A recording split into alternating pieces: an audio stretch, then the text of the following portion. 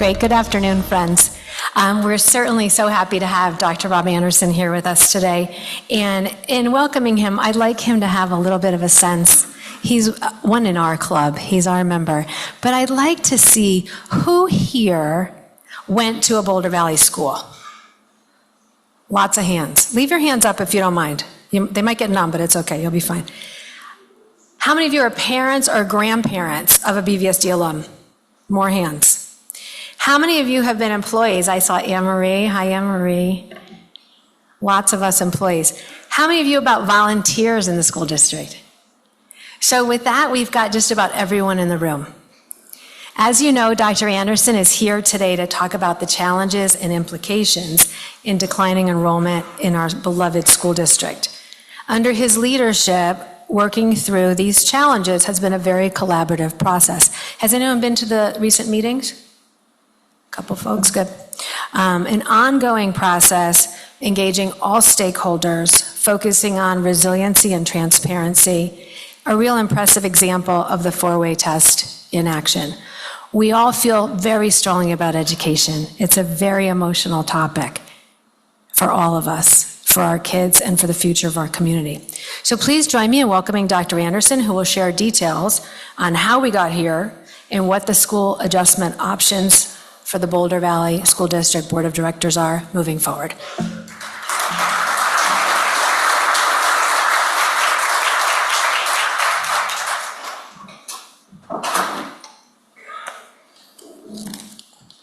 Good afternoon, everyone. So, Bill, I don't know how to take your comments. We're not related, but I don't know if you were disowning me or before I get going. Great to see everybody. Always a pleasure to be here. Have lots going on in the Boulder Valley School District. It's so great to be amongst supporters and folks who have either are currently involved in our district or have been involved in our district in the past. Before we get into the business of declining enrollment, which I'm sure there's lots of questions and a lot of you are here to get that information, I would love to give you an update on some of the wonderful things that are happening. But I don't see the. Do I point this way or? There's a switch on the side.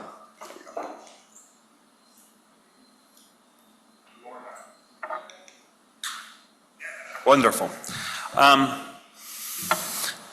So I'm really proud of this slide. This past year, the Boulder Valley School District didn't just have the best year in our existence in terms of student outcomes and student performance.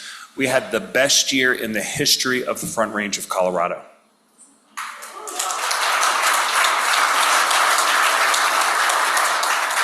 More kids at or above grade level, highest graduation rate in 20 plus years. Our kids are working harder than ever. We have the best educators in the state, if not the nation. Tons and tons of pride around the work. And I think I'm most proud of the work we're doing with our most vulnerable groups of students. If you're a student on an IEP, if you're a multilingual learner, if you're a kid growing up in poverty, there's no better place on the Front Range for you to learn and grow than the Boulder Valley School District. And that has not always been the case, and our growth in those areas leads the Denver Metro. And so tons and tons of incredible work over the past 8 years since I've been here as superintendent. And this is the second year we've been accredited with distinction. So from a performance standpoint, we're doing incredibly, incredibly well. You know, we're in the seventh year of our strategic plan, which is all together for all students. We've always had really high averages of performance, and some of our subgroups just weren't getting the services and supports and opportunities that they've needed. But through No Limits, Next Best Step, Define the Destination of Valued and Included, we've changed that narrative, and we've changed the lives of hundreds and hundreds of students, if not thousands, across our system through the work of our educators and our leaders. A few highlights, and as I share with you this kind of interim data that we have, we're continuing to grow and get better. Even in this year, we're anticipating more significant gains, even though we're performing at the highest levels we've ever performed at in terms of literacy and mathematics. And so incredibly proud of that as well. Some of the best work that we've done that you might not know about is the work that we've done in terms of disproportionate discipline. 7 years ago, if you were a student of color, kid growing up in poverty, you were getting suspended at rates that were disproportionate to your peers that were white or not in poverty. And we have really done, I think, incredible work in making sure that we're being fair and consistent with our discipline and focusing on restorative practices and kids learning from their mistakes versus punitive practices and excluding kids from school. And so each year, with the work that we're doing, we're reducing the number of kids that are being excluded for school from what they're from infractions. We're working to make sure that we're having the right cultures amongst schools. And if you would compare our suspension data to the other kind of like districts around, whether it's Cherry Creek, Adams, 12, St. Vrain, or 27J, you'll see the work we're doing is incredible. And we're doing this in a way that isn't not allowing, not holding kids accountable or telling folks that students can't be referred to the office. They're going to the office for sure, but when they're getting there, we're just doing something completely different. We've invested in restorative practices and restorative justice and focused very hard on alternatives to suspension. And so not only are we performing in ways that the district has never performed, we're being inclusive in ways that we've never had the ability to do. So incredibly proud of that work. So for those of you that have heard me talk here at the club before, Grad Plus is our effort to really make sure that we're being super thoughtful in terms of post-secondary readiness. You've heard me say this before, but if you're graduating from high school in 2026, a high school diploma is just not enough. That we have an obligation for all of our kids to be able to make sure that they get something when they leave besides a diploma, whether that's college credit, an industry certification that they can use to go right to work, work-based learning experiences through their time at BVSD, or the seal of biliteracy and graduating as being bilingual. We hope that every student who graduates in BVSD graduates with one or more of these credentials to make sure that they're really prepared. And not only just prepared, but they have an advantage over kids graduating from other school districts. And that's our goal at BVSD. One of the really neat things that we've done around work-based experiences, this past year, every elementary school has participated in what we're calling Dare to Dream. Kids can't dream about the jobs that they want if they don't know what they look like, if they don't have experiences. And so for every elementary school, they take a Dare to Dream week. And throughout that time, they hear from guest speakers, begin to think about what it is that they like to do, and how could that potentially motivate them as they move through school to really study hard and work hard so they can prepare to do whatever it is after school to fulfill their dreams. And so this is something that is newer. This is the first year that we've done this at scale. And we're always looking for folks who'd love to share their careers with our local schools. And so if you're interested, we'll make sure that we provide the club some opportunities for folks to sign up if you'd like to be a guest speaker for Dare to Dream at an elementary school that is near your home or just somewhere within our community.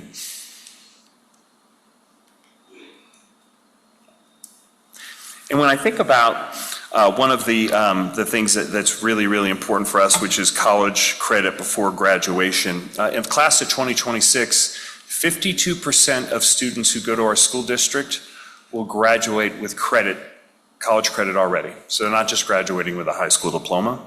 And whenever we look at our data, we make sure that we look at all of our subgroups as well, so we know and understand how things are growing. So over the past 3 years, we've seen tremendous growth in many of our subgroups, and continuing to offer not just advanced placement, IB courses, but dual enrollment and concurrent enrollment, and have expanded those opportunities pretty significantly.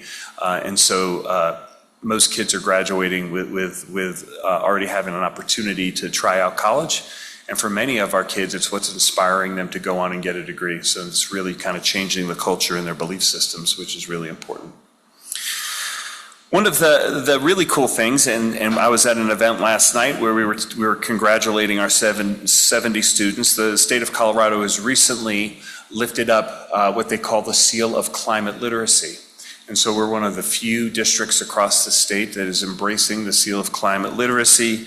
We have 70 students who have earned the Seal of Climate Literacy. You have to take coursework, do a capstone project, and some volunteering to be able to earn that.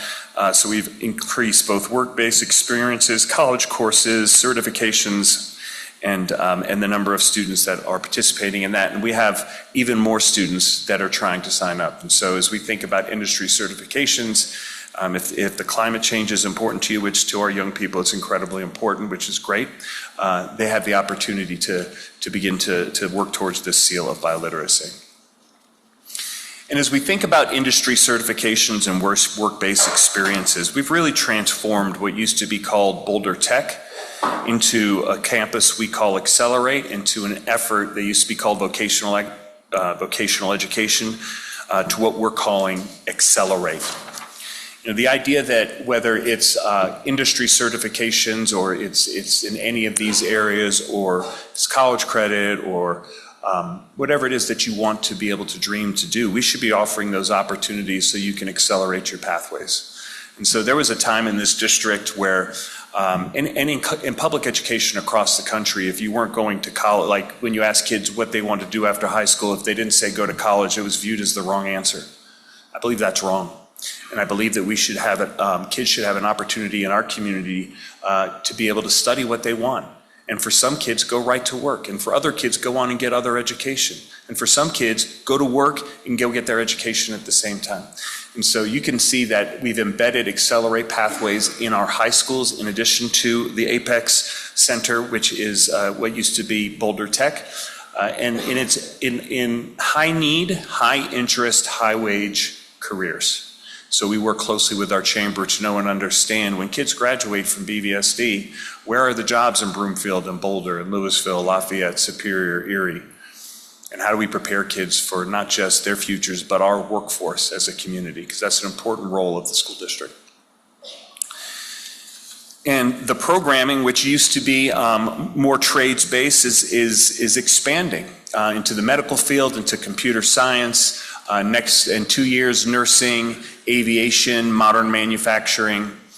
We are really transforming the opportunities that kids have at Apex. And for many of our programs, there's wait lists, just as long as the wait list for the IB courses and the AP courses. And so I know that we're really kind of focusing in on what it is that our families want, what our kids want, and what's going to prepare them for their lives. And so tons and tons of transformation and progress in these areas. So that's some of the work that's been ongoing within our school district. Much of that work didn't start this year. Again, we're performing at really high levels, and now we have the challenge of a lifetime for a superintendent, for a community, and that is dealing with something that not only BVSD is dealing with, but our entire state and our entire country, which is declining enrollment. If you've been keeping up with the papers, then you know and understand this is not unique to BVSD. But as I share with you our approach, I think some of our approaches have been pretty unique in the ways that we're trying to tackle this and address this.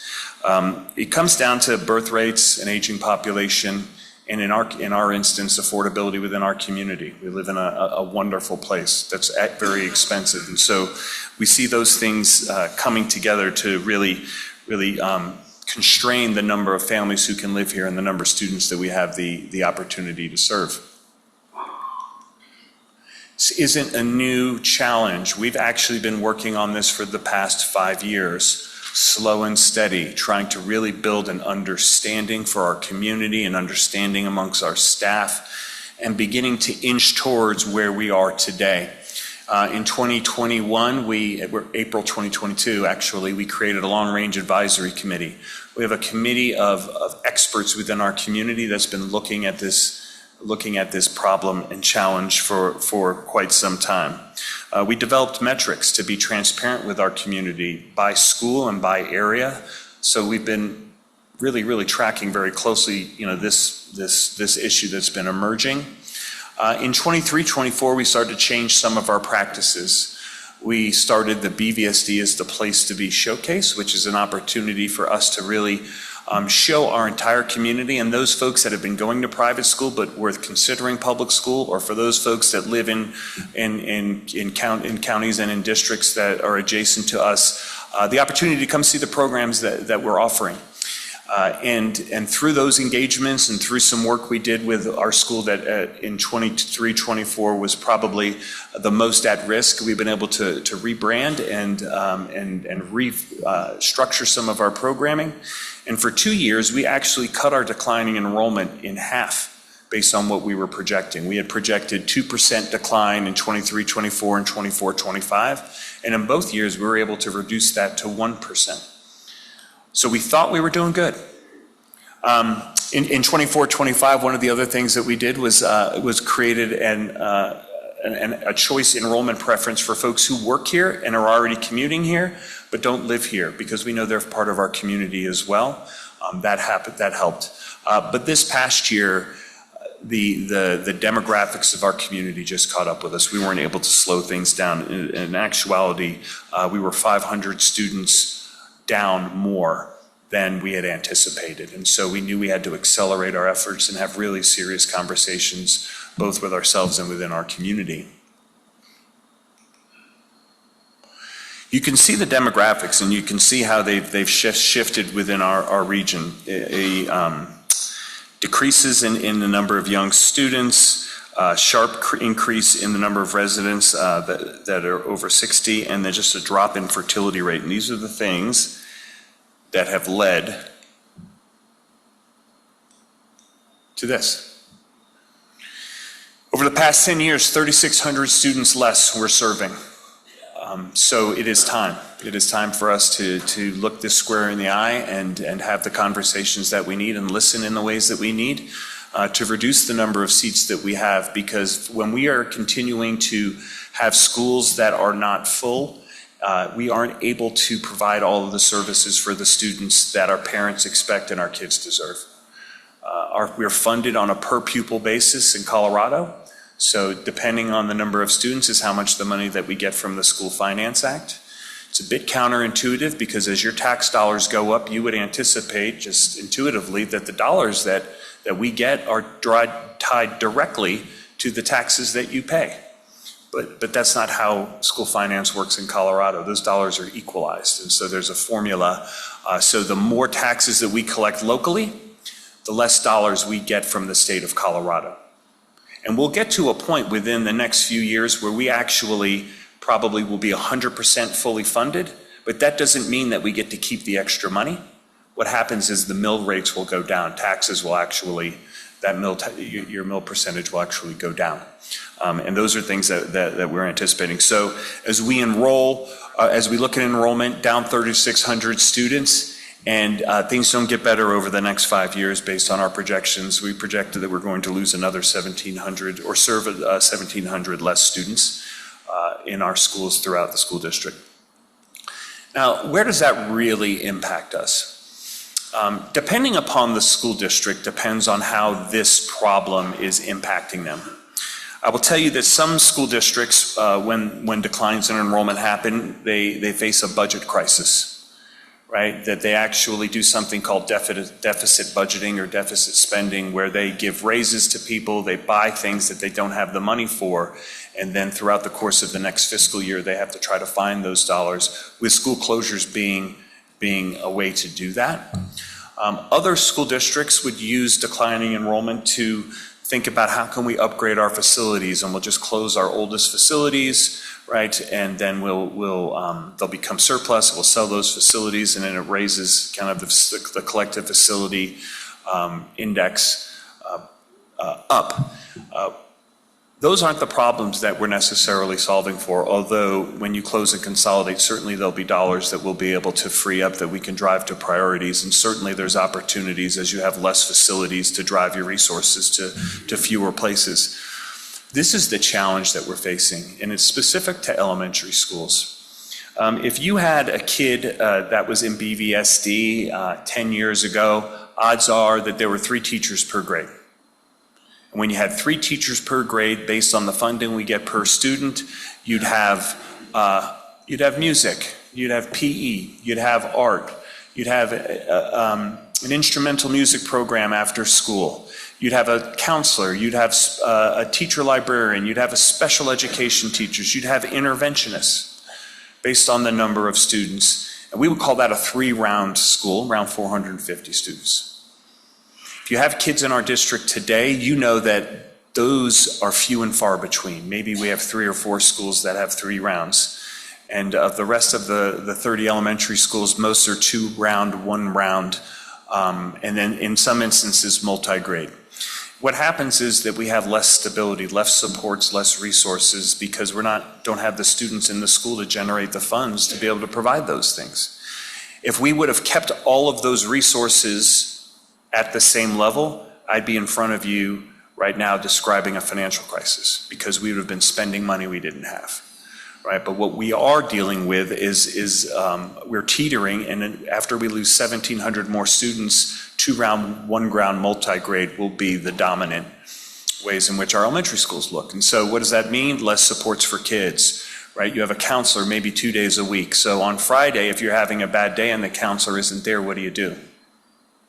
Right? If you have an interventionist 3 days a week, right, and you need somebody 5 days a week, those resources aren't there. All of our elective teachers are driving all throughout the 500 square miles of our school district trying to support in art, music, and PE. When I talk to our teachers, these traveling teachers, they feel like strangers in their own buildings, right, because they don't have the opportunity to spend time and to spend the time that they need in their school. And so this is the problem we're solving for as we think about declining enrollment. Now, Michelle had mentioned over the course of the past 2 weeks, we've had some of the deepest, broadest community engagement that this district has had in the past 20 plus years. We had almost 1,000 folks in rooms like this and tables just like this sitting down with us to really learn about the challenges that we have and think through what it is that we can do about it. And so I'm going to walk you through a little bit of those experiences so you can understand, for those who didn't get an opportunity to go, what we're thinking through.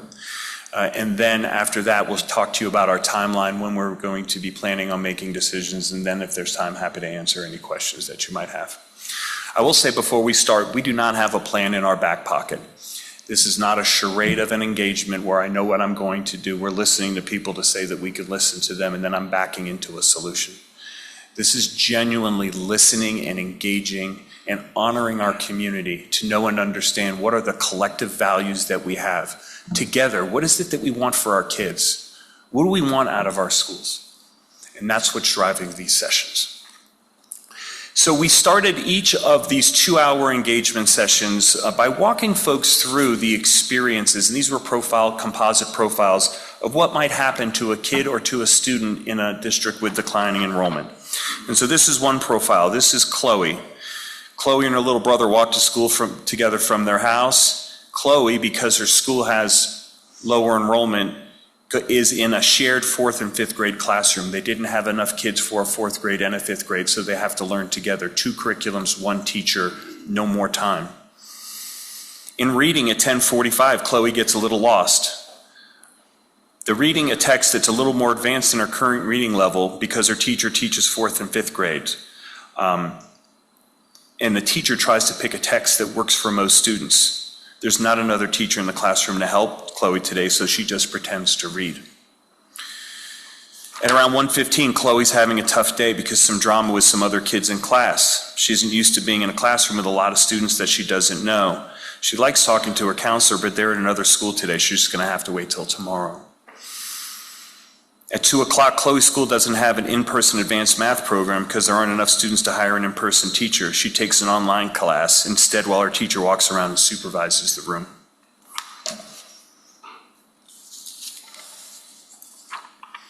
This is Anthony. Anthony was in a big 2nd grade class last year, and his general education teacher didn't have a lot of time to support him one-on-one. This year his class is much smaller, so his teacher checks on him at the start of the day. Anthony goes to see a special education teacher like he does 3 times a week. However, sometimes he has to miss specials on these days, and he had to miss PE today because the PE teacher serves at another school, and this is the only time that he can get his support in special education. Even though Anthony's bilingual, he can get confused between English and Spanish words while reading. Some days, his school has a reading specialist that he loves, and she helps him out. But they're part-time, and they're not there today, so he doesn't feel comfortable asking for help, so he sits there.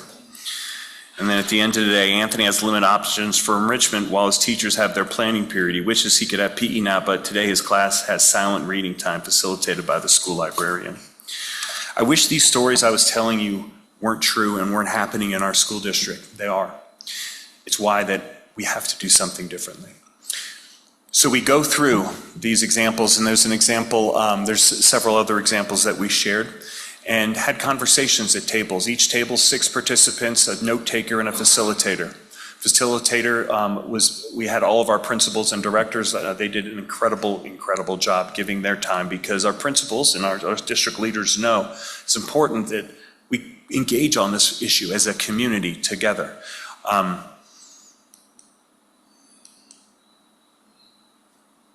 After going through the profiles, we talk about the things that we value in our community.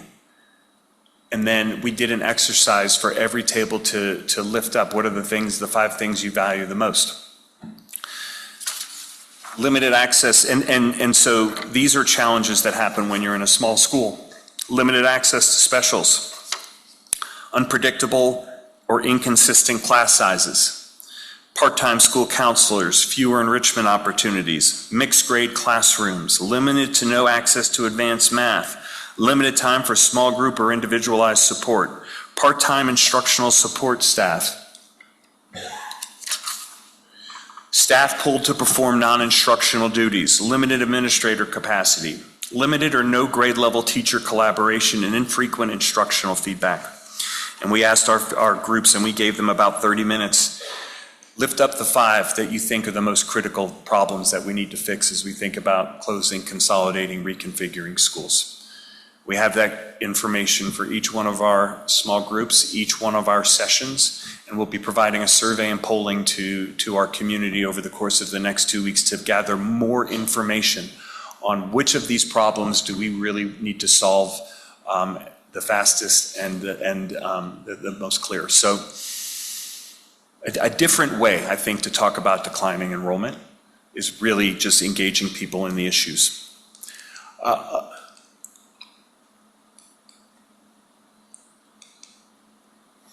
As we think about the options that we have in front of us through declining enrollment, it will be a combination of these 5 things. There's one other thing that you can do, and that's nothing, and that's not an option that we're considering.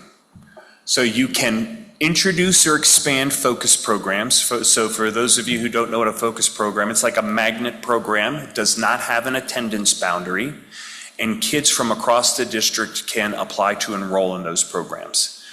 BCSIS, High Peaks, Community Montessori, those are examples of programs that don't have an attendance boundary, so you have to choose to go through those through our open enrollment process. A grade configuration, if you had 2 schools near each other and both were half full, you could put all the kindergarten, 1st and 2nd grade kids in one school, so you'd have more kids per grade to level out class sizes and have multiple teachers. You could do the same thing at the other school in 3rd, 4th, 5th grade. If you had a K-8 school that was under-enrolled, you could create a middle school and an elementary school. You can reconfigure your grades. Research is pretty absent on what's better or what's worse. I don't know that one thing's worse, but certainly for grade configuration, it can create additional transitions for students as one of the challenges. So you'd be solving some things, but you'd also some challenges as well. We can take our focus programs and we could relocate them to places where maybe more kids live, so they'd be able to have more students. Because of the nature of our focus programs, we don't provide transportation, so those parents have to provide that transportation, so their location does matter. And our focus schools are not evenly distributed throughout our district, so that's something we can do. We could take 2 under-enrolled schools and put them all into one school. So you have school A under-enrolled, school B is under-enrolled, they all go to school B. So you'd have half the kids getting a new experience, having to go to a new school, but they'd at least be together there with their friends and the families that they know. Challenge becomes, do we have buildings big enough to do that? Does it work out that way? And if you don't, is there space and time, or is there a way to figure out how to build a new building so both schools can go into that? I think that's a consideration and a challenge because we don't have those dollars budgeted. We would have to go out in our next bond to look for those dollars. Then finally, you can close one or more schools and redistribute those students throughout multiple schools, probably the most cost efficient, right? All schools would absorb some kids, hardest for the kids in the school that's being closed. I would say another challenge that overlays on top of all of this is the nature of open enrollment, in that a third of our parents today do not pick their neighborhood school. They go to a school that isn't their neighborhood school. That is a state law. That is not something we can do anything about. And so with the idea that you might be relocating programs, reconfiguring grades, consolidating schools, at the end of the day, parents will have the ability to, if they have the means, to take their kid to the school they want them to go to. In other places I've worked, we would redraw the attendance boundaries. Maybe you close one school or two schools, you minimize the impact, you redraw the attendance boundaries, and you keep moving. That's not an option for us, which makes it more complicated, which makes the engagement that we've been doing and the listening that we've been doing all that more important. I skipped over a slide to get to this slide. As we've engaged, we've really tried to do a few things: building in understanding, gather input, really bubbling up what it is that our community values. At the end of this process, there are going to be individuals who absolutely disagree with what we do, right? And I think two things can be true. Individuals can disagree, and it can also be true that we've listened to everyone and we're doing things that we think align to the collective values of our community. We're preparing for that. I think that folks that have been to the engagement sessions are definitely more informed, but engagement doesn't guarantee that we're going to preserve specific schools. I think this is human nature. And I'm so proud of our community. These engagement sessions were very thoughtful. Folks put the community over maybe what they were wanting in particular. But I bet you by secret ballot, if I asked you all, give me a name of one school you don't want me to close, you'd have a name probably, right?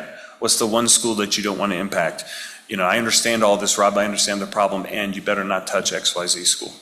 And I take offense to that, but I also can't let that drive our decision. We can't have a process for our community where a small individual group of people, right, who are the loudest drives what the rest of us really want and need for our community and our kids. And so I know that that's going to be frustrating. It's not preventing people from sending us emails. It's not preventing people to coming and speaking to our board. Listen, folks have the right to do that. We're not trying to stop that, but that's not going to be driving what it is that we do. You know, we owe it to everyone to do this in ways that at the end of this, we can stand and look you in the eye and say, this is why we did it. This is the problem you told us to solve. Here's how we've solved it. And so that is what we're going to be doing. And the most important thing is that this is a school board decision, that staff will make a recommendation and our school board will make this decision. And our school board has been talking about this for years. They're in a good position to do this. And they have been, our board members have been great. They've been at our community engagement sessions, and they're ready to step in and make what I think is going to be a really difficult but important decision. Here's some photos from our engagement sessions to give you a sense of kind of how busy I've been. We've been everywhere. We've been at our Ed Center. We've been at New Vista High. We've been at Monarch, Broomfield High School, all throughout our community. The last session we had, which was on Wednesday, had almost 200 people. So we're not trying to sneak up on anybody with this. Right? We're trying to be very, very clear on what it is we're doing, how we're doing it, and why we're doing it. And so my hope for you all as you leave here, you're a little bit better informed and you can steer folks who want to know more to the resources that we'll share. Here's our timeline. I will say that before we did any community engagement, my deputy superintendent, Dr. De La Cruz, and I sat down and had lunch with every teacher in the school district. 30 plus lunches, all with Organic Sandwich Company, and I don't think I can have a bacon turkey jam sandwich ever again, because I had a lot of them. Because, and for those of you that are educators or no educators know this, that I had to hear from our teachers first on what conditions do we need to create for you so you can take care of our kids. They were really honest with me. They gave really good feedback. We captured that as well. So the teacher feedback, also sat down with all of our principals, talked to them about the process, got their feedback. Sat down and had small focus groups with those folks, had small focus groups with our community, and now we'll be doing polling. And then we'll be triangulating all that data and presenting it to our community and to our board in June. So you know what we've heard and what's going to be driving our decisions. We're going to come back in August, make a recommendation to our board at the end of August. The board will consider that. And then in September and October, they will study that, and then they will vote on that. And during those meetings, we're going to create lots of time and space for folks to give public comment, to hear people's individual opinions, right? Because that's an important thing to be able to do. And I would anticipate hours and hours of those types of that type of feedback, and that's what we're anticipating and expecting, and I think that that's right.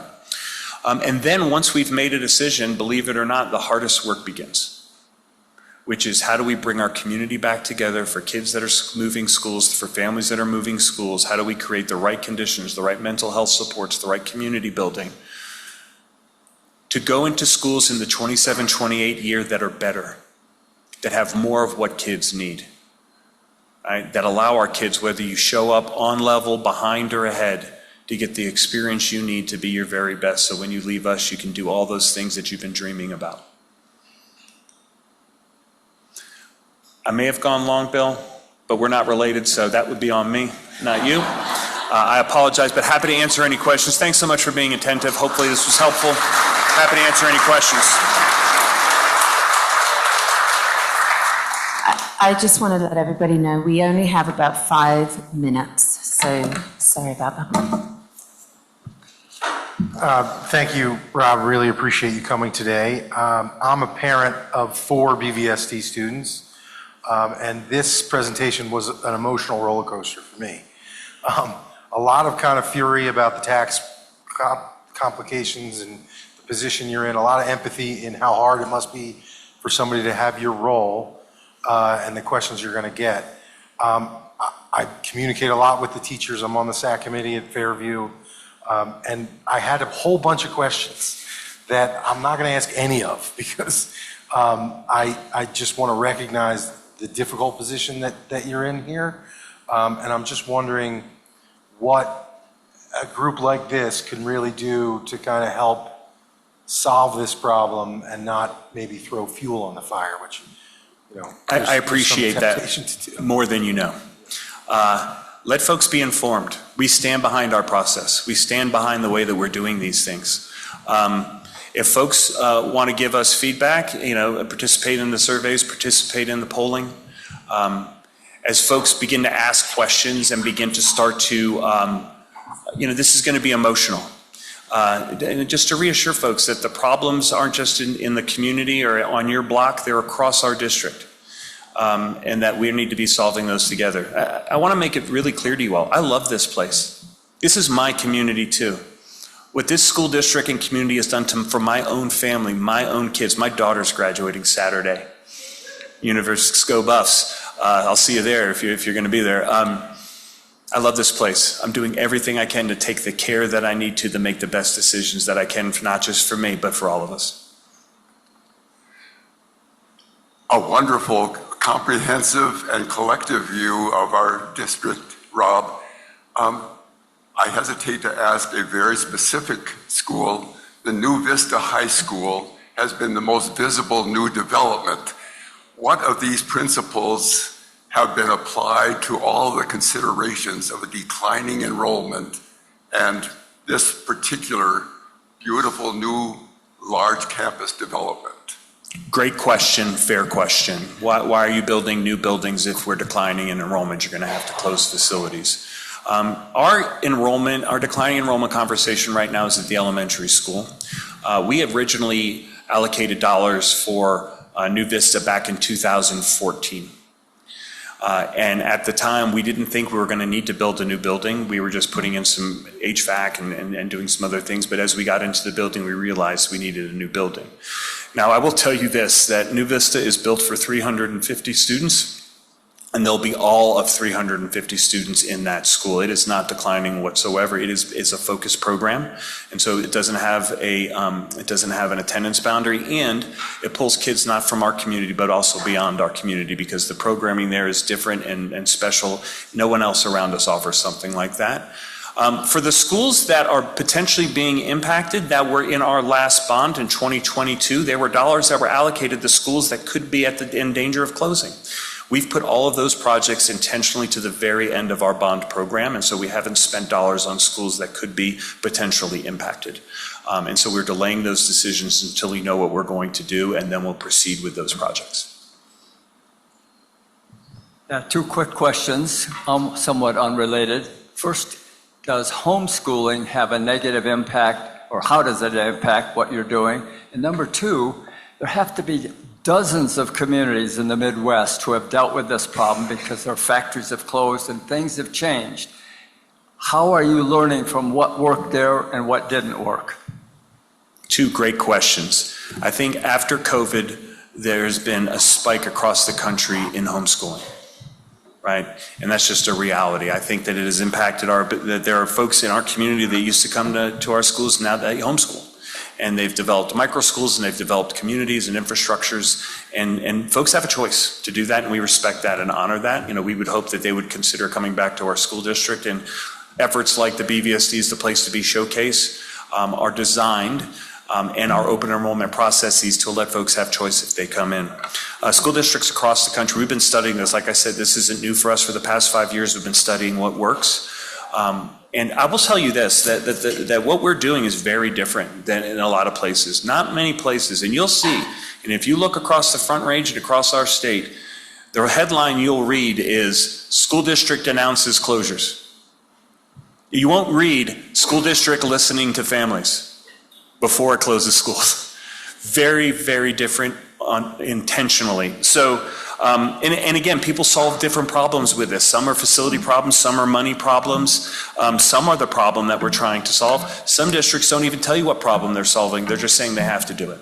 And so we're just trying to be really honest with people, and based on all we know, and I've looked across the country, I believe in the process that we've adopted, and I will tell you the proof is in the sessions that we had over the course of this community. I couldn't be more proud of the ways that our community is engaged and the ways that our team have led on this. So, but those are really great questions.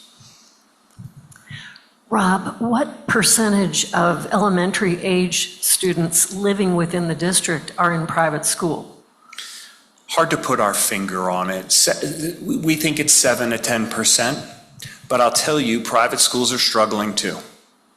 And so there is an opportunity. And I think that as we were really kind of slowing the declining enrollment over the past couple of years, a lot of those folks were coming back to us.